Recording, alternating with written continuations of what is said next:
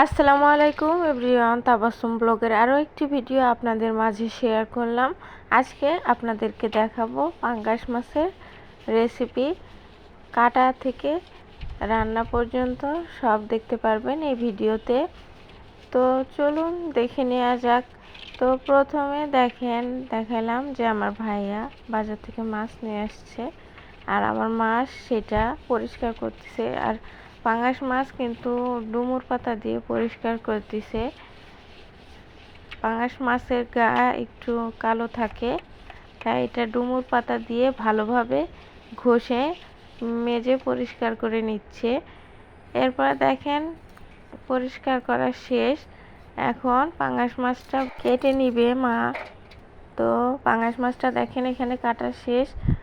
আর এখানে দেখেন ধুয়ে এখানে হলুদ আর নুন দিয়ে এটা মাখিয়ে নিচ্ছে ভাজার জন্য।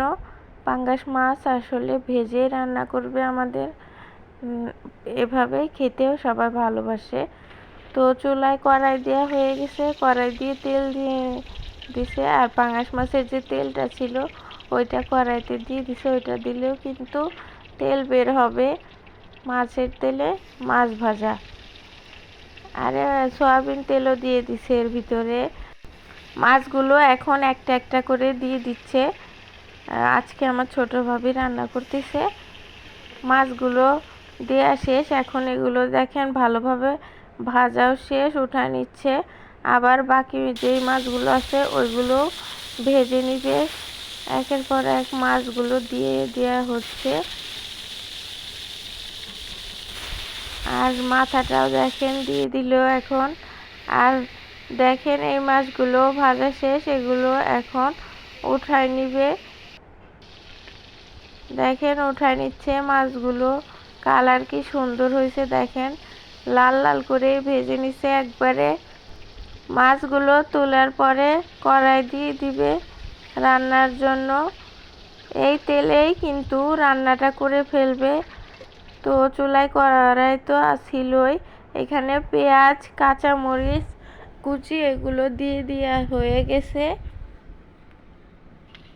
আর এটা এখন ভালোভাবে ভেজে নিবে, একটু লাল লাল করে ভাজবে। এটা কিন্তু বেরেস্তার মতো লাল হবে না, হালকা লাল হইলে এর ভিতরে মশলা বাটা মশলাগুলো দিয়ে দেওয়া হবে। তো বাটা মশলা আদা রসুন বাটা আর জিরা বাটা দিয়ে দেওয়া হয়েছে। পাঙ্গাস মাছ তাই এখানে সমস্ত মশলাই দিছে, অন্য মাছ হইলে আদা বাটা দিত না। তাই এই মশলাটা এখন ভালোভাবে ভেজে নিবে।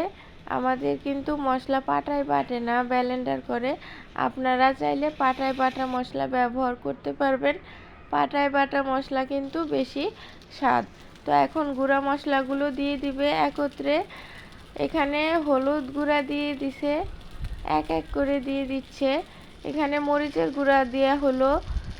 মরিচের গুঁড়া আমাদের একটু অল্প খায়, কালার হওয়ার জন্য দিয়েছে। কাঁচা মরিচি খায় আমাদের, আর মরিচের গুঁড়ার তরকারি বেশি খাইতে পারে না, এমনি কালার হওয়ার জন্য দিয়েছে। আপনারা সমস্ত মশলাগুলো দিয়েই রান্না করবেন।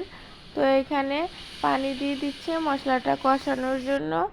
দেখেন মশলাটা কিন্তু কষানো শেষ। মশলা ভালোভাবে কষায় নিতে হবে, অনেকক্ষণ ধরে মশলাটা কষায় নিছে। আর মশলা যখন কষাবেন মশলার উপরে তেল উঠবে, যখন তেল উঠবে মশলার উপরে তখন বুঝবেন যে আপনাদের মশলাটা কষানো শেষ। মশলা অনেকক্ষণ ধরে কষাবে আমাদের, মশলার উপরে দেখেন তেল দেখা যাচ্ছে। আরও কিছুক্ষণ কষাবে, মশলাটা যত কষানো হবে তরকারির স্বাদও তত বৃদ্ধি পাবে।